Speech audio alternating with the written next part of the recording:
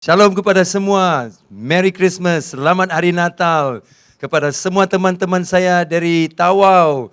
Wow, lama sudah kita tidak berjumpa, sudah rindu bahwa di sini. Dan saya sangat-sangat bersyukur karena dapat membawa firman Tuhan, sempena Natal yang indah ini kepada semua para pastor, kepada semua jemaat, kepada semua pemimpin-pemimpin yang dihormati. Terima kasih untuk kesempatan ini. Thank you Saudara Alfred yang mengundang saya dan memberikan kesempatan ini untuk saya. Dan Alfred telah banyak membantu saya di dalam beberapa hal yang berkaitan dengan pelayanan. Jadi terima kasih untuk persahabatan yang kita miliki. Dan juga kepada pastor-pastor dan hamba-hamba Tuhan yang ada di sana. Kepada keluarga Anda semua, selamat Hari Natal, Tuhan Yesus memberkati. Kesempatan yang luar biasa membawa satu firman Tuhan, renungan di Natal yang indah ini, saudara. Dan apa yang menjadi tema kepada perayaan Natal kita ini adalah the heart of worship. Hati penyembahan yang dimiliki oleh orang-orang yang benar-benar mencari Tuhan. Nah saudara, kita mungkin tidak berapa perasaan bahwa di dalam Natal ini ada banyak kesempatan untuk kita mempelajari bagaimana menjadi seorang penyembah. Bagaimana memiliki hati penyembahan di dalam hidup kita. Dan kenapa ini penting? Karena saudaraku, intinya Natal itu saudaraku adalah kita diberikan kesempatan untuk menyembah Juru Selamat dan menjadikan Dia sebagai pemimpin hidup kita dan mempercayai hidup kita di masa-masa yang sangat susah, di masa-masa yang sangat mencabar itu, saudara. Jadi mari saudara, kita melihat bagaimana kita boleh menjadi seorang penyembah.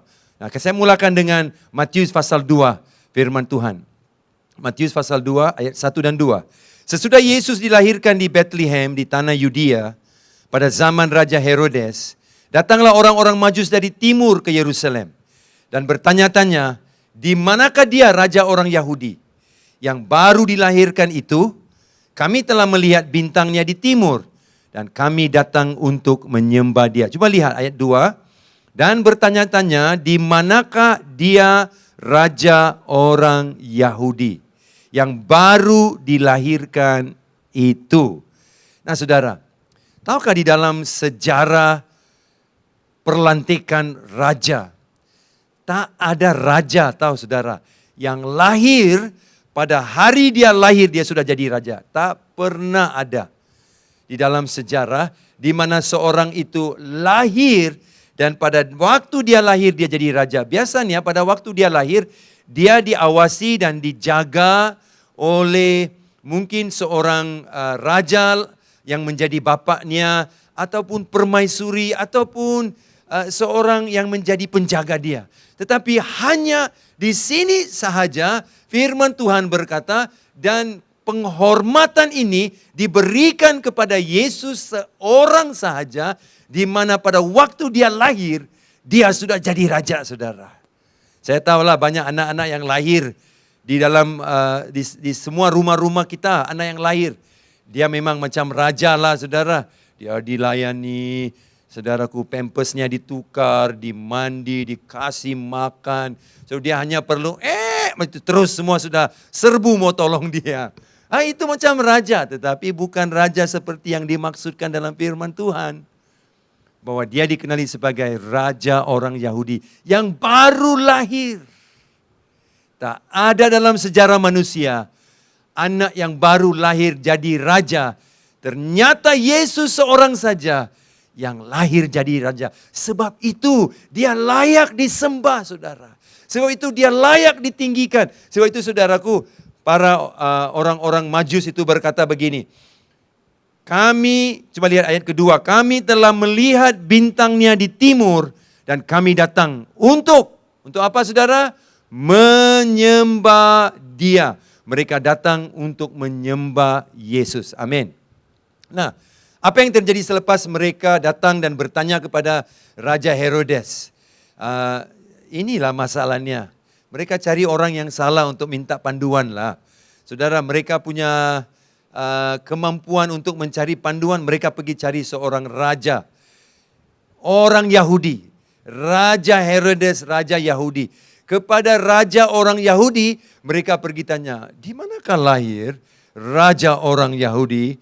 Halo, orang yang harus ditanya bukan kepada raja ini, dia cemburu. Saudara tahu ceritanya, dia cemburu. Dan dia punya rencana mau membunuh anak yang lahir itu. Yang sebenarnya juru selamat, Yesus Kristus. Tetapi di dalam ayat 7, coba kita lihat. Matius pasal 2 ayat 7, saudara berkata begini. Lalu, dengan diam-diam Herodes memanggil orang-orang Majus itu. Dan dengan teliti bertanya kepada mereka, bila mana bintang itu nampak. Kemudian ia menyuruh mereka ke Bethlehem. Katanya, pergi dan selidikilah dengan saksama hal-hal mengenai anak itu. Dan segera sesudah kamu menemukan dia, kabarkanlah kepadaku supaya aku pun datang menyembah dia. Nah, coba lihat di sini. Penipu, dia mau menyembah konon, saudara. Dia bukan mau menyembah, dia mau membunuh, bukan menyembah, saudara. Tapi dia bilang, oh aku mau menyembah. Orang Majus menyembah karena mereka tahu bahwa dia adalah juru selamat dan dia adalah raja. Tetapi Herodes bukan mau menyembah karena hatinya penuh dengan ketakutan.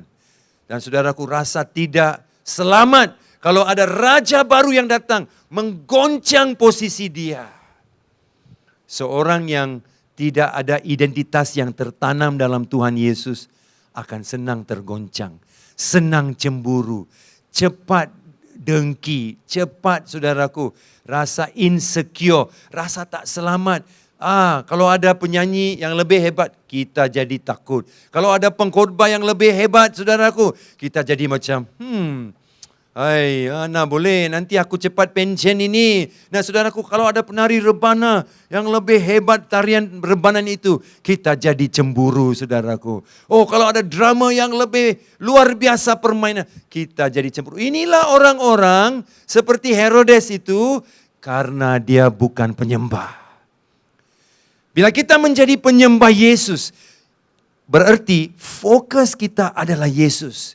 Kemuliaan adalah Yesus. Kebesaran adalah Yesus. Pemberian kita adalah untuk Yesus. Bila fokus kita adalah kepada Dia dan bukan kepada orang-orang di sekeliling kita, waktu itu kita menjadi bukan penyembah, tapi penyangah. Saudara, main-main saja. Kita menjadi orang yang takut, cemburu, dengki. Kita tengok, oh kau pandai menyanyi konon, tunggu aku tunjuk cara aku. Nanti aku kasih keluar saya punya bakat. Nah saudaraku, takut nanti orang lain jadi lebih baik dari dia. Marilah kita pemimpin, pendeta, gembala-gembala semua. Biar Natal ini menjadi peringatan untuk kita. Supaya kita jangan jadi cepat cemburu. Kalau ada pendeta yang datang, baru datang. Ada pendeta yang lebih muda. Yang pakai saudaraku, celananya saudaraku yang tight jeans itu. Kita pakai bell bottom. Tak sama saudara. Kita tengok, orang ini.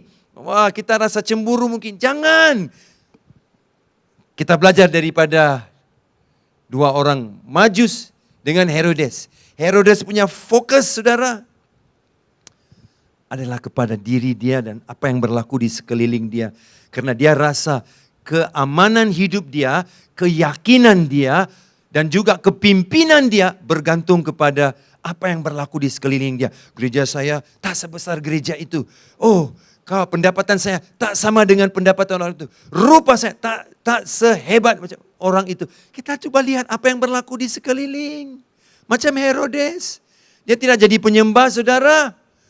Tetapi pada waktu fokus kita adalah Yesus. Kemuliaan adalah untuk Yesus. Penyembahan adalah untuk Yesus. Saudaraku, kita akan menjadi orang yang mempunyai hati yang penuh dengan penyembahan. Dan rasa dengki, iri hati, cemburu semua akan lesap, hilang. Dan kita Bebas, merdeka, haleluya.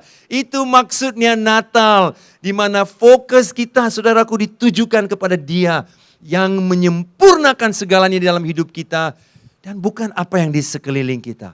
Di sekeliling kita hari ini begini, besok begitu, hari ini begini baik, besok tidak baik. Saudaraku, ini macam saham lah. Sehari naik, sehari turun, sehari naik, sehari turun. Nah saudara, kita tidak boleh mencari keamanan dalam jiwa kita dengan main-main macam, dengan umbang-ambing macam saham ini. Kita punya keyakinan dan kita punya kedamaian dan keamanan datang pada waktu mata kita tertuju kepada Yesus, saudaraku. Sebab itu orang Majus, saudaraku, berkata, kami datang untuk menyembah Dia. Tetapi Herodes cakap, kamu juga pergi cari di mana anak itu dan selepas itu datang jumpa saya ya. Sebab saya juga mau menyembah Dia. Penipu, dia mau membunuh Dia. Karena fokusnya kepada keliling. Dan dia rasa inilah yang memberikan dia keamanan, keyakinan, ketenangan. Apa orang lain beri kepada dia, bagaimana dia memimpin orang lain dan orang lain menerima dia. Penerimaan kita tidak datang daripada sekeliling kita. Gereja kita mungkin lebih kecil dari gereja yang lagi satu. Tim worship kita, tim puji sembah kita, tim pelayanan kita mungkin lebih kecil, lebih sederhana daripada tim worship gereja yang lain. Tetapi saudaraku, keyakinan kita datang pada waktu kita fokus kepada Yesus.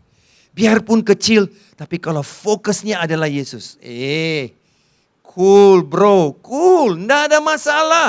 Tetap tenang saudaraku, biar kecil. Tapi saudaraku, ada pengurapan, ada tujuannya memuliakan Dia. Itu yang bedanya Herodes dengan orang Majus ini. Ya saudara, karena orang Majus melihat raja orang Yahudi yang baru lahir.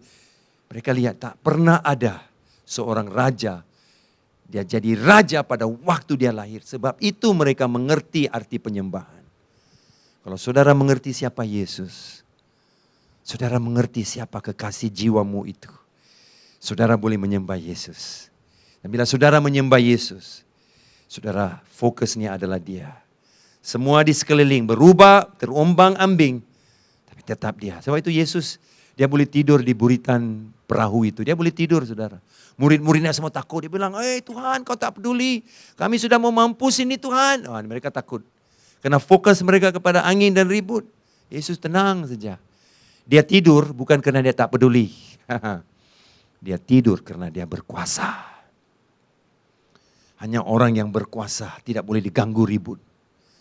Ya saudaraku, ribut apa? Tapi ada di antara kita di rumah, ribut, halilintar macam mana pun masih boleh berdengkur. Maksud saya bukan macam itu. Ini Yesus boleh tidur di tengah ribut. Karena Dia berkuasa. Bukan Dia tidak peduli. Dan bila kita tetapkan mata kita kepada Dia, tetap kita diberkati. Karena kita menikmati juru selamat. Dan penyembahan itu membawa kita damai yang luar biasa. Nah saudara, kita lihat satu lagi arti apa itu menjadi seorang penyembah. Kalau kita lihat Lukas pasal 2. Dan ayat 12 berkata begini. Dan inilah tandanya bagimu. Malaikat berkata kepada gembala-gembala. Kamu akan menjumpai seorang bayi. Dan dalam bahasa Ibrani perkataan bayi ini adalah brefos. Dibungkus dengan lampin dan terbaring di dalam palungan. Bayi, brefos, dibungkus dengan lampin dan terbaring dalam palungan. Oke, saudara. Bila para gembala menemukan seorang bayi, mereka menemukan bayi yang baru lahir. Sebab itu dalam bahasa Yunani disebut brefos. Berarti bayi infant, bayi yang baru lahir. Oke, bayi yang baru lahir.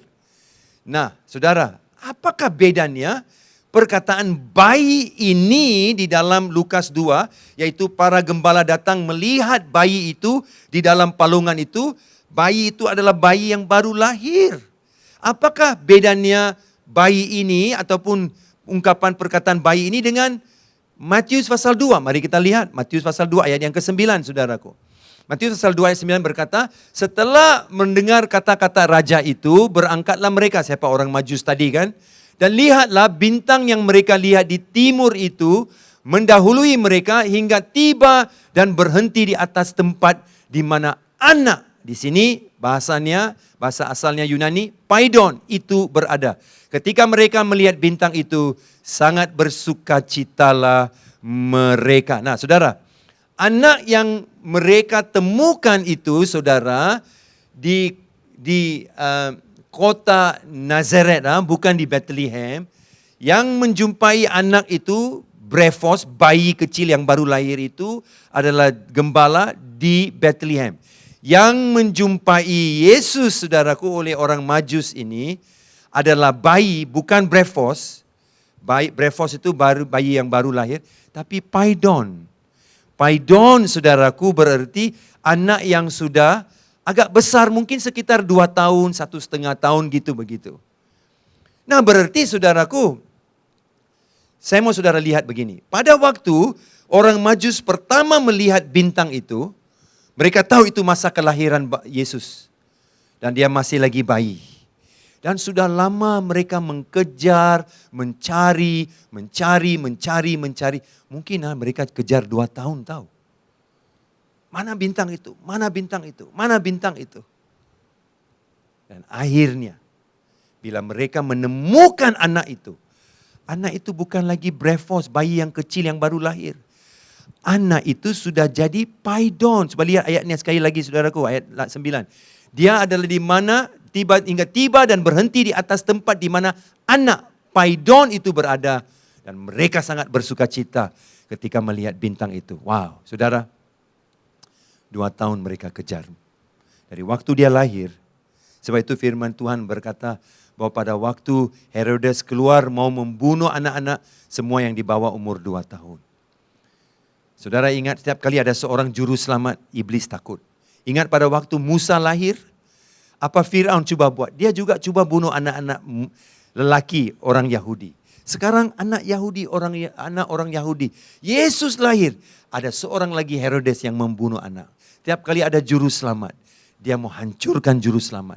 Supaya kita tidak ada keselamatan, saudaraku, kita tidak ada masa depan. Tetapi puji Tuhan, Allah melindungi anak itu. Supaya saudara dan saya ada masa depan. Supaya saudara dan saya ada keselamatan. Supaya saudara dan saya mengecapi pengharapan yang luar biasa dalam Tuhan. Saudara, dengar sini.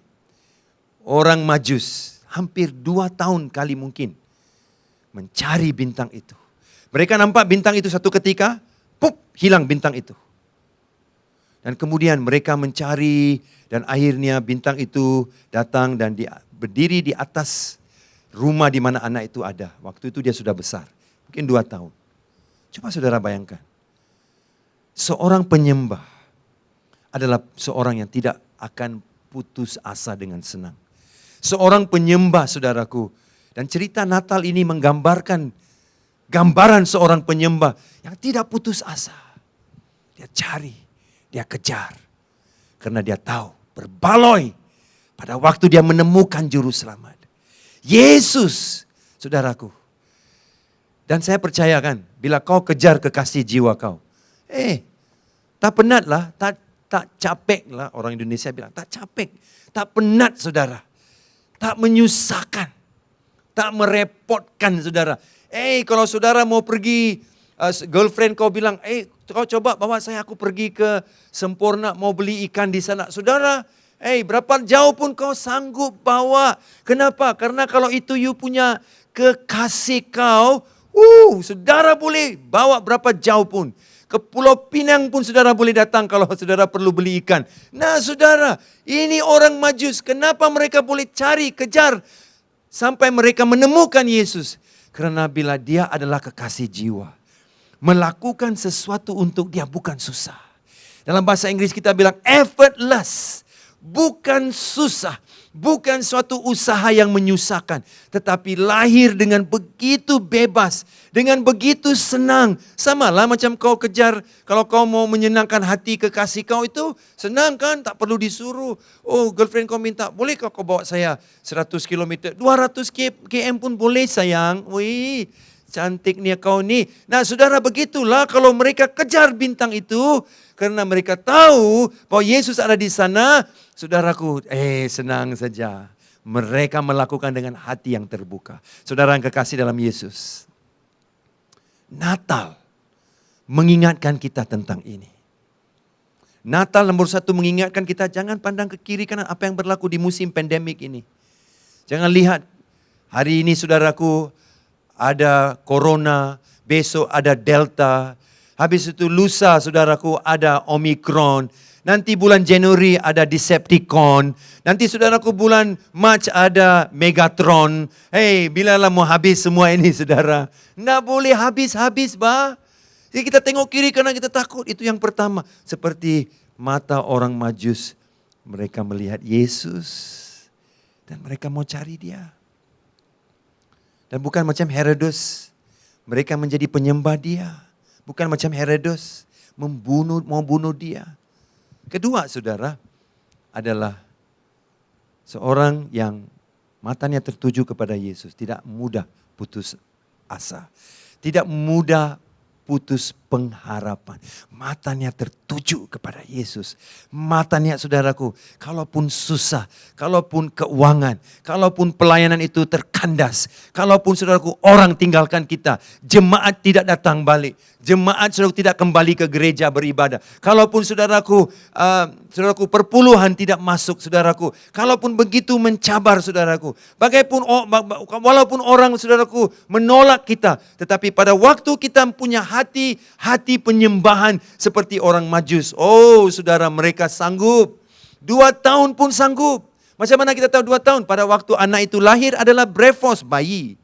Tapi pada waktu mereka melihat anak itu adalah paidon, sudah besar. Berarti ada prosesnya. Mereka cari. Pada waktu saudara mengejar Yesus, kau tidak pun pikir, aku harus menjadi penyembah. Kau tidak pun pikir.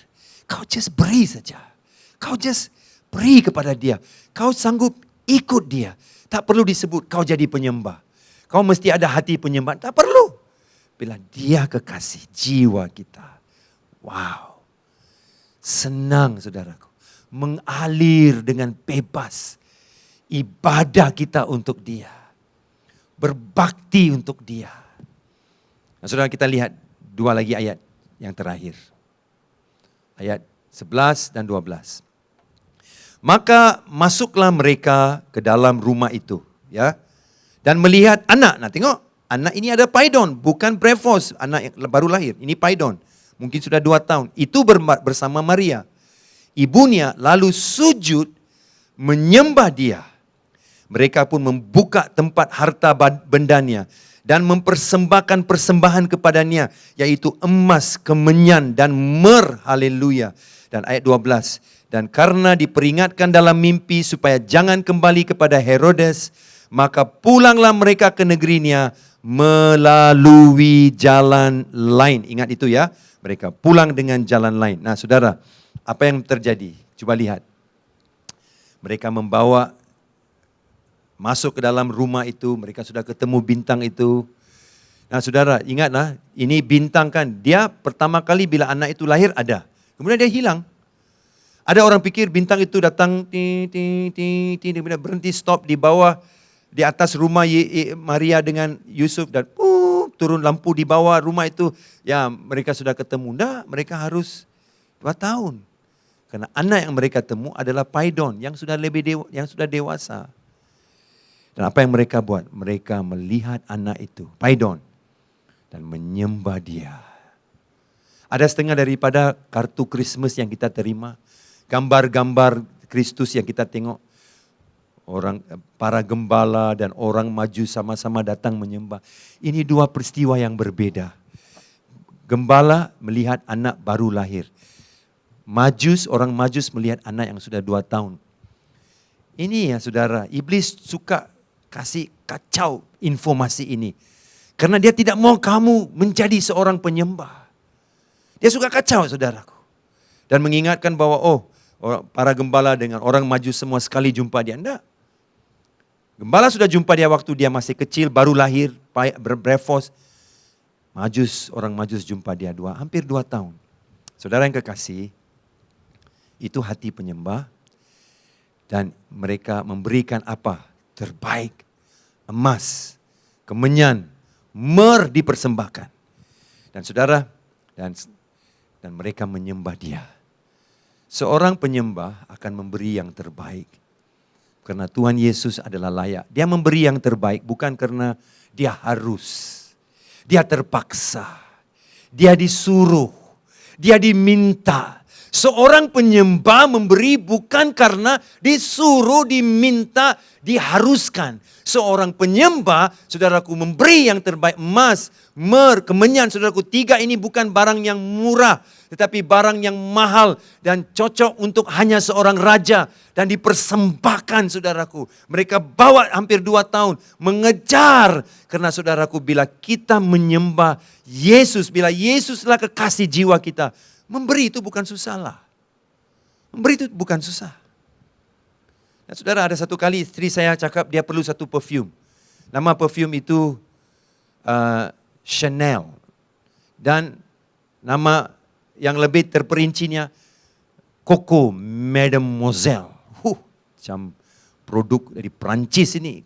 Coco Mademoiselle dari Chanel. Saya pikir okey lah, istri saya mau kan, beli sajalah. Jadi saya pun pergi ke banyak tempat. Waduh, susah mau cari. Kehabisan. Saya sudah mula khawatir, kalau kehabisan mungkin harganya lebih mahal. Akhirnya saya jumpa di mana tahu? Di KLIA, saudara. Di KLIA.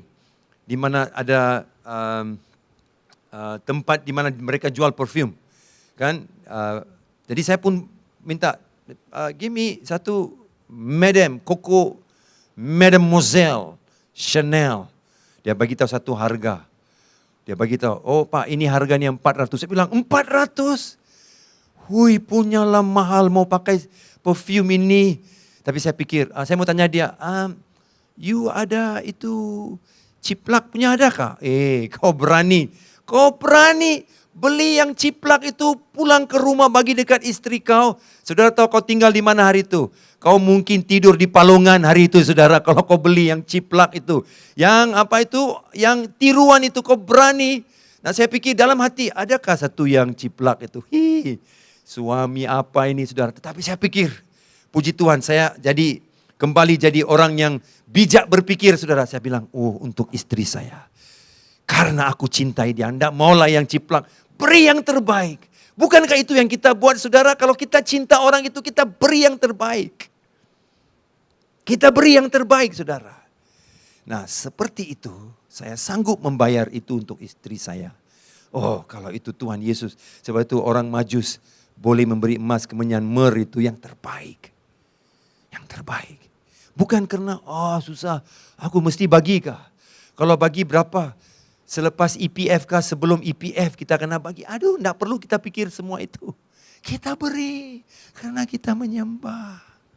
Itu kan message Natal. Memberi diri kita. Dan yang terakhir, saudara, adalah ayat yang ke-12. Ayat 12, kembali kita lihat ayat 12 tadi. Boleh saudara lihat ayat 12. Dan berkata begini, dan karena diperingatkan dalam mimpi, supaya jangan kembali kepada Herodes, maka pulanglah mereka ke negerinya melalui jalan lain. Mereka ambil jalan lain. Saya mau bagi tahu saudara semua. Inilah berkat orang yang menyembah Juru Selamat Yesus. Kalau mata kamu terfokus kepada dia, kau tidak lihat apa yang mempengaruhi kamu di kiri kanan. Padahal malaikat mengatakan kepada mereka, jangan pergi kepada Herodes. Mungkin kalau mereka lari ikut jalan lain juga takut. Mungkin Herodes akan kejar mereka. Tapi mereka tidak benarkan apa yang dikelilingi mereka menguasai mereka. Alkitab bilang mereka ambil jalan lain. Saya mau tantang kita semua. Bapak Ibu, saudara-saudari, teman-teman yang kasih dalam Yesus Kristus di Natal yang mulia ini. Mungkin Tuhan berkata kepada kamu, ambil jalan lain. Kau sudah lama ikut jalan ini. Jalan kemurungan, jalan kekhawatiran, jalan ketakutan, jalan rasa tak aman, jalan cemburu pendeta ini, cemburu orang ini, cemburu pemimpin, jalan ini. Tapi karena mereka menyembah, mereka ada encounter, suatu penemuan dengan Yesus. Alkitab bilang, mereka ambil jalan lain. Karena keamanan, ketenangan, kedamaian hidup tidak bergantung kepada siapa di sekeliling, apa yang terjadi di sekeliling. Tetapi dikontrol oleh Dia, dikuasai oleh Dia. Mari saudara, Natal bukan Natal kalau kita tidak memberikan fokus kepada Yesus. Natal itu kosong kalau Yesus tidak ada. Natal bukan hanya pesta porak dan saudaraku kita nyanyi, saudaraku, malam kudus saja. Natal hanya Natal kalau kita melihat Dia. Dan semua dalam hidup kita akan berubah. Seperti orang Majus ini. Karena mereka penyembah. Alkitab bilang, mereka mengambil jalan lain. They went on a different road. They went on a different way. Mereka pergi mengambil jalan yang lain. Jalan lain apa yang saudara perlu ambil di masa ini? Mungkin bukan jalan cemburu, bukan jalan kemurungan, bukan jalan membunuh diri, bukan jalan kekecewaan, bukan jalan, saudaraku, kedengkian, bukan jalan kekhawatiran yang senang menggoda menguasai kita. Tapi jalan Tuhan. Tuhan katakan, ambil jalan ini. Siapa yang boleh ambil jalan itu? Sungguh pun bahaya kalau mereka ambil jalan lain. Karena Herodes boleh bunuh mereka. Tapi mereka sanggup ambil. Karena mereka sudah ketemu kekasih jiwa. Yang lain tak pedulilah. I see Jesus. Saya sudah melihat Yesus. Aku boleh memberi kepada dia kekasih jiwaku. Aku juga boleh mengambil jalan lain. Di musim pandemik ini. Berapa 20 bulan saudara kita sudah mengalami berbagai macam kesusahan, pencobaan, ekonomi, sosial, politik, emosi. Begitu banyak kesusahan kita. Tapi puji Tuhan untuk Yesus. Dia Immanuel. Dia turun ke bumi menjadi manusia. Supaya dia mengenal, merasakan kelemahan-kelemahan kita. Sebab itu kita boleh ambil jalan lain. Kita boleh hidup dengan cara lain. Yang bukan cara dunia yang penuh dengan ketakutan dan kekhawatiran. Yesus jadi manusia. Saudaraku, ada beberapa yang berkata mereka dihormati, disanjungi, manusia biasa diangkat jadi Tuhan. Hah? Tetapi saya tak pernah lihat di mana Tuhan jadi manusia. Itu Injil, itu kabar baik, itu Natal. Di mana Tuhan jadi manusia. Supaya dia boleh merasakan saudara. Dia boleh merasa kelemahan saudara. Dan justru menolong saudara.